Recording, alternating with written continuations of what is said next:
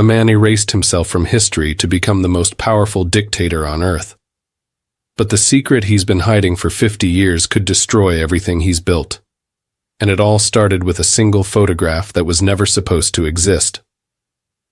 Welcome to Power Secrets, where we uncover the shocking truths behind the world's most mysterious leaders. What you're about to hear is the story of Xi Jinping, the man who rules over 1.4 billion people, but whose own past has been systematically deleted from every record, every archive, every memory. But we found the missing pieces. Before we dive into this forbidden story, tell me in the comments where you're watching from today. And if you believe these hidden truths need to be told, hit that subscribe button because what you're about to discover will change everything you think you know about power. Beijing, October 2012. The Great Hall of the People was packed with 2,300 Communist Party delegates, all waiting to witness history. The man walking across that massive stage looked unremarkable. Average height, receding hairline, a slight smile that revealed nothing. Xi Jinping, 59 years old, about to become the leader of the world's most populous nation. But as he raised his right hand to take the oath that would make him General Secretary of the Communist Party of China, Xi Jinping wasn't thinking about the billions of people he would soon control. He was thinking about a photograph that showed him as a terrified 15-year-old boy, kneeling in the dirt, surrounded by angry peasants screaming for his blood. A photograph that officially no longer existed. In the audience that day sat Chen Wei, a 67-year-old retired history professor who had spent decades studying the Cultural Revolution. Chen knew things about Xi Jinping's past that even China's most powerful intelligence agencies had tried to bury. As he watched Xi take power, Chen clutched a manila envelope in his lap, an envelope containing documents that could topple the man who was about to become the world's most powerful dictator. But Chen Wei would never get the chance to reveal those documents. 3 weeks later, he would be found dead in his Beijing apartment, apparently from a heart attack. The manila envelope was never found. To understand the secret that Xi Jinping has spent his entire life hiding, you need to understand what China was like in 1966, when he was just 13 years old. This wasn't the modern, prosperous China of today. This was a nation convulsing in the grip of Mao Zedong's Cultural Revolution, a campaign of terror that would destroy lives, families, and entire communities. Ama asıl şok edici olan şey, Xi Jinping wasn't just a victim of the Cultural Revolution. He was also one of its most enthusiastic participants. The boy who would grow up to rule China had spent his teenage years as a Red Guard, one of Mao's fanatical youth militias that terrorized teachers, intellectuals, and anyone deemed an enemy of the people. But that's not the part of his story that Xi Jinping fears. What he fears is what happened next. Xi Zhongxun, Xi Jinping's father, had been a hero of the Communist Revolution, a close ally of Mao Zedong, who had helped establish communist rule in China. He was a deputy prime minister, a member of the Politburo, one of the most powerful men in the country. But in 1962, everything changed. A novel called Liu Zhidan was published, telling the story of a communist hero. The problem was that Xi Zhongxun had provided some information for the book, and Mao became convinced it was actually a veiled attack on his leadership. Overnight, Xi Zhongxun went from revolutionary hero to anti-party element. He was stripped of all positions, subjected to brutal struggle sessions, where crowds of people would scream accusations at him for hours, and eventually sent to internal exile. For young Xi Jinping, his father's downfall meant social death. He went from being the son of a revolutionary hero to the child of a traitor. His classmates turned against him. His teachers treated him as a pariah. The privileged life he had known in Beijing's elite Zhongnanhai compound was over, but the worst was yet to come. In 1969, at the age of 15, Xi Jinping was sent to Liangjiahe, a remote village in Shanxi province, as part of Mao's campaign to send educated youth to the countryside. It was supposed to be a character-building experience, a chance for urban teenagers to learn from peasant wisdom. In reality, it was exile to one of the most brutal, primitive places in China. Liangjiahe was a village of cave dwellings carved into hillsides, where peasants lived in conditions that hadn't changed for centuries. There was no electricity, no running water, no medical care. Winters were so harsh that people sometimes froze to death in their beds. Summers brought droughts that could destroy entire harvests. And into this medieval world came Xi Jinping, a soft, privileged teenager from Beijing who had never done a day of physical labor in his life. The peasants hated him on sight.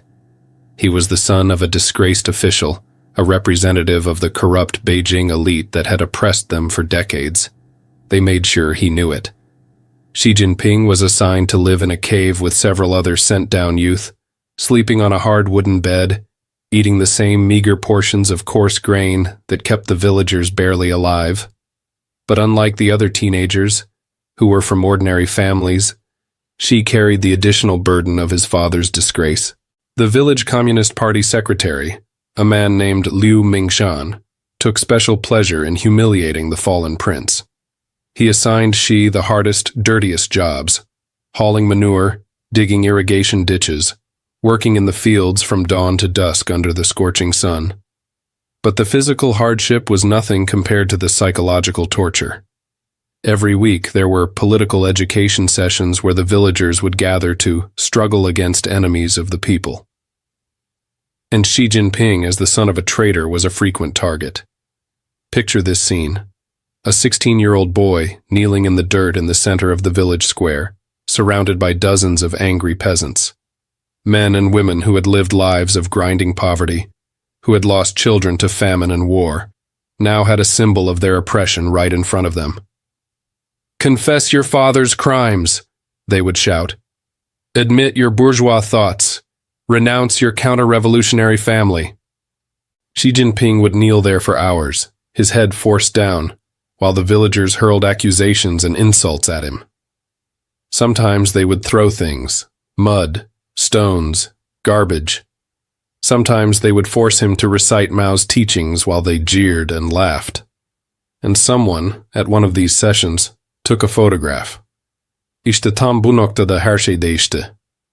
That photograph would haunt Xi Jinping for the rest of his life. The image showed everything that Xi Jinping would spend decades trying to hide. His humiliation, his powerlessness, his absolute submission to forces beyond his control. It was the visual proof that the man who would become China's strongman leader had once been reduced to a terrified, crying teenager begging for mercy from illiterate peasants.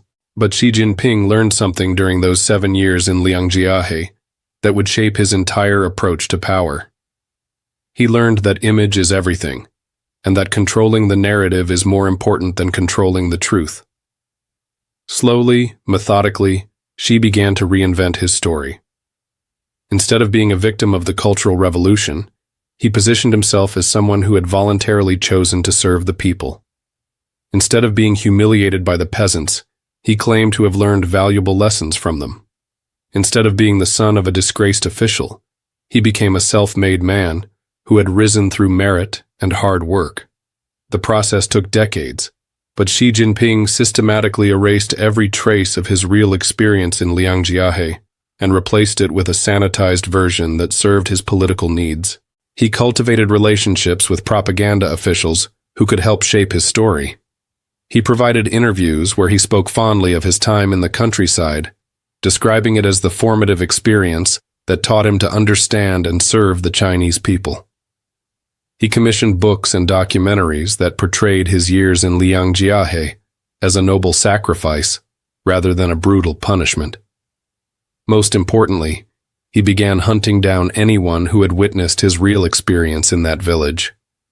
The other sent-down youth who had lived with him were located and persuaded, sometimes through incentives, sometimes through threats, to corroborate the official version of events. Village records that might have contradicted his story mysteriously disappeared. People who remembered the struggle sessions and the humiliations found that their memories were no longer welcome in Chinese society. And that photograph, the one that showed him kneeling in the dirt, became the subject of an obsessive search and destroy mission that would last for decades. But Xi Jinping's image management went far beyond his own personal history. As he climbed the ladder of Communist Party power, first as a county official, then as a city mayor, then as a provincial governor, he perfected the art of controlling information and manipulating perception. Henuz en büyük sürprizi görmedin. Xi Jinping wasn't just erasing his own past. He was learning how to erase anyone's past. In Fujian province, where Xi served as governor in the 1990s, journalists noticed something strange. Archives that had once been publicly accessible suddenly became classified. Historical records that contradicted the official narrative of Communist Party success disappeared from libraries and universities. Local historians who had been documenting the real impact of the Cultural Revolution found their research funding cut off. Witnesses to historical events discovered that their testimonies were no longer wanted by official historians. Xi Jinping was systematically rewriting the history of every place he governed, turning complex, messy human stories into clean propaganda narratives that served the party's interests. But the most ambitious rewrite was yet to come. In 2007, Xi Jinping was appointed to the Politburo Standing Committee, putting him in line to become China's next leader. It was at this point that the full scope of his historical revisionism became clear. Teams of researchers, funded by shadowy organizations with connections to the Communist Party, began combing through every archive, every newspaper, every personal collection that might contain information about Xi Jinping's real past. They visited elderly villagers in Liangjiahe, offering them money and threatening them with consequences if they spoke to outsiders about their memories of the young Xi Jinping. They tracked down former classmates, teachers, and anyone who might have known him during his most vulnerable years. The few photographs that showed Xi Jinping during his time as a sent-down youth were systematically acquired and destroyed. Documents that recorded his father's disgrace and his family's fall from power were removed from official archives. Even more troubling, people who possessed inconvenient memories began to disappear. Chen Xiaoming, a former Red Guard who had participated in struggle sessions against Xi Jinping, died in a car accident in 2008. Wang Desheng, an elderly villager who had been known to tell stories about the Beijing boy who used to cry, suffered a fatal heart attack just days after being visited by men claiming to be government historians.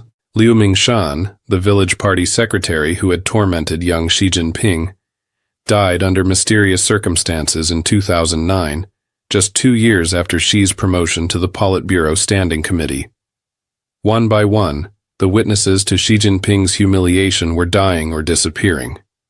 But the most dramatic erasure was still to come. Dur bir dakika, bu datayı kaçırma.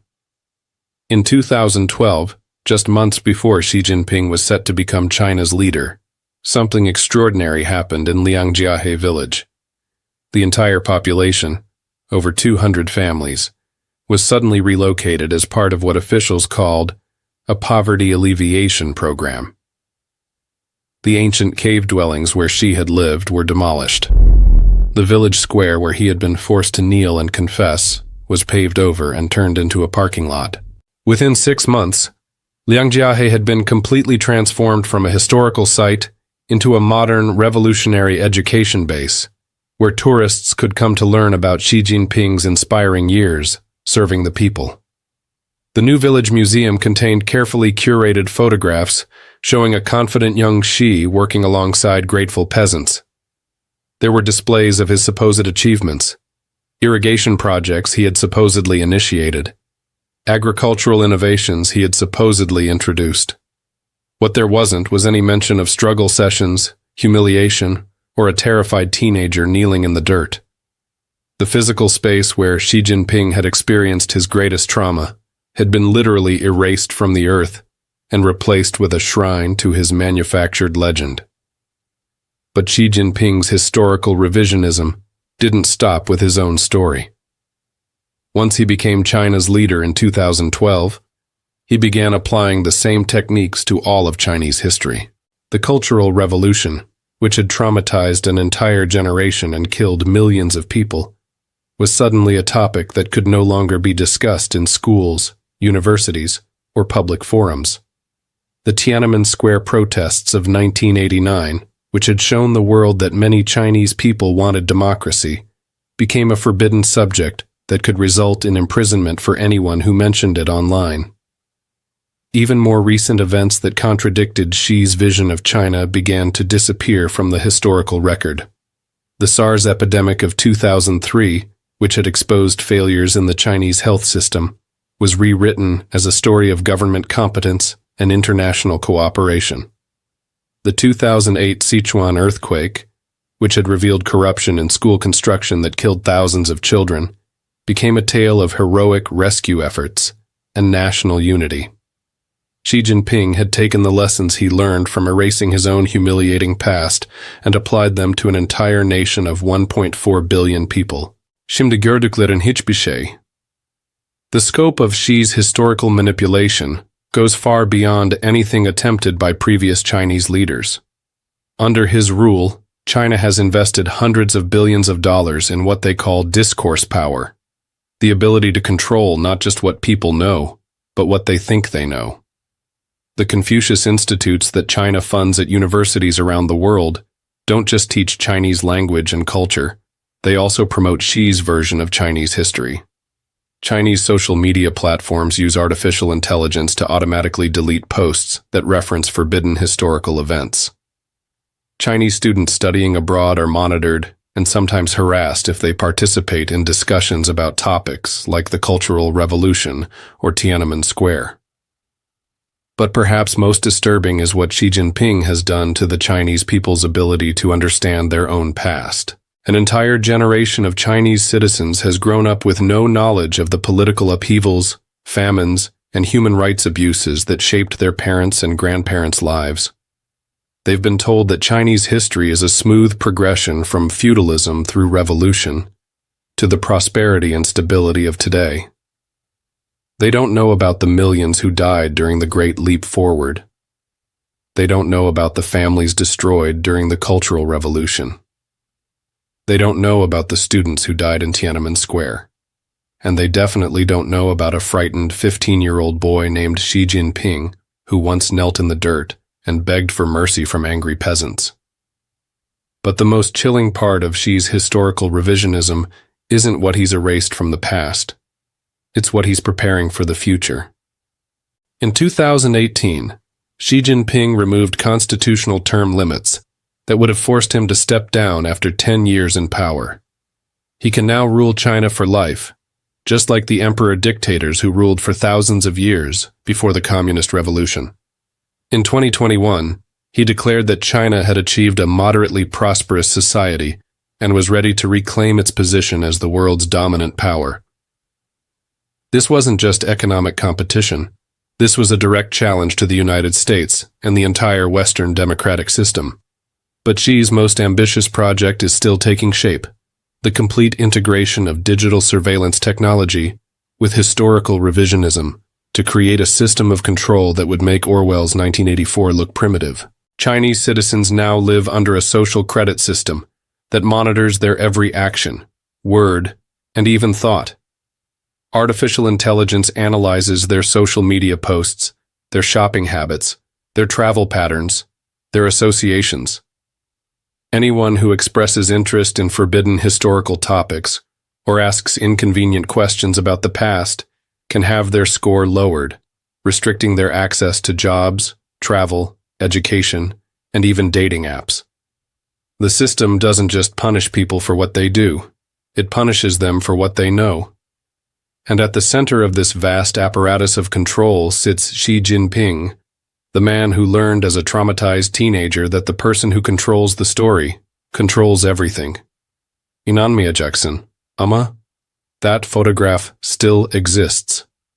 Despite decades of searching, despite the systematic elimination of witnesses, despite the complete physical transformation of Liangjiahe village, That image of Xi Jinping kneeling in the dirt still survives.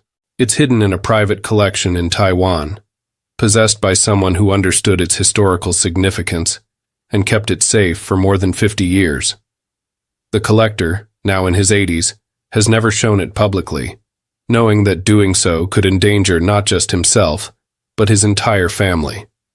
But he has shared it with a small number of historians and journalists. People who understand that preserving this image means preserving a truth that Xi Jinping has spent billions of dollars trying to erase. The photograph shows everything that Xi's manufactured legend seeks to hide. A young man broken by forces beyond his control, reduced to absolute powerlessness, dependent on the mercy of people he had been taught to consider beneath him. It's the visual proof that the man who now presents himself as China's inevitable leader, the embodiment of 5,000 years of Chinese civilization, was once just another frightened teenager, whose father had fallen from grace. But more than that, it's evidence of the human capacity for both cruelty and redemption.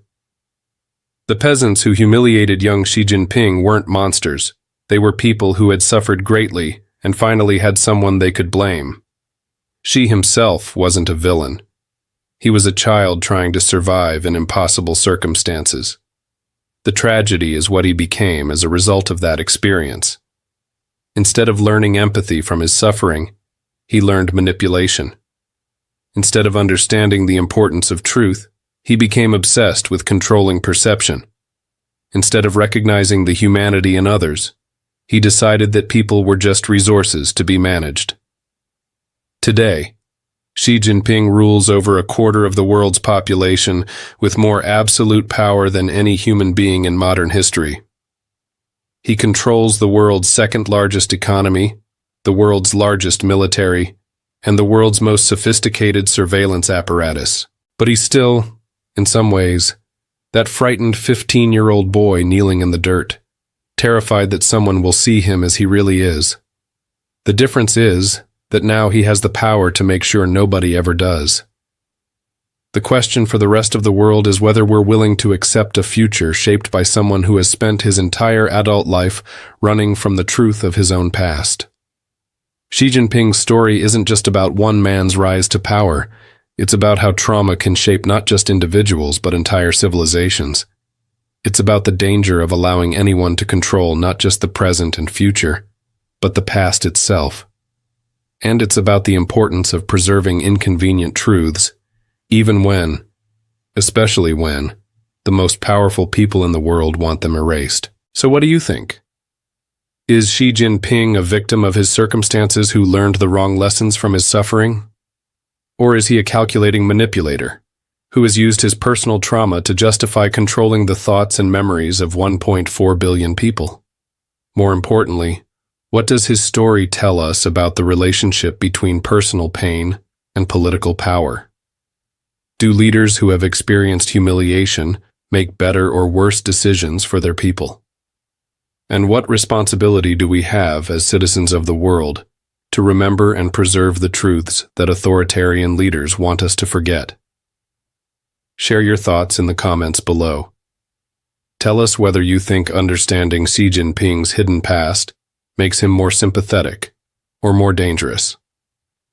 And if stories like this matter to you, if you believe that even the most powerful people should be held accountable to historical truth, hit that subscribe button and join our community here at Power Secrets. Because we believe that the most dangerous lies are the ones that powerful people tell about themselves, and the most important truths are the ones they try hardest to hide. Thank you for watching, and we'll see you in the next one.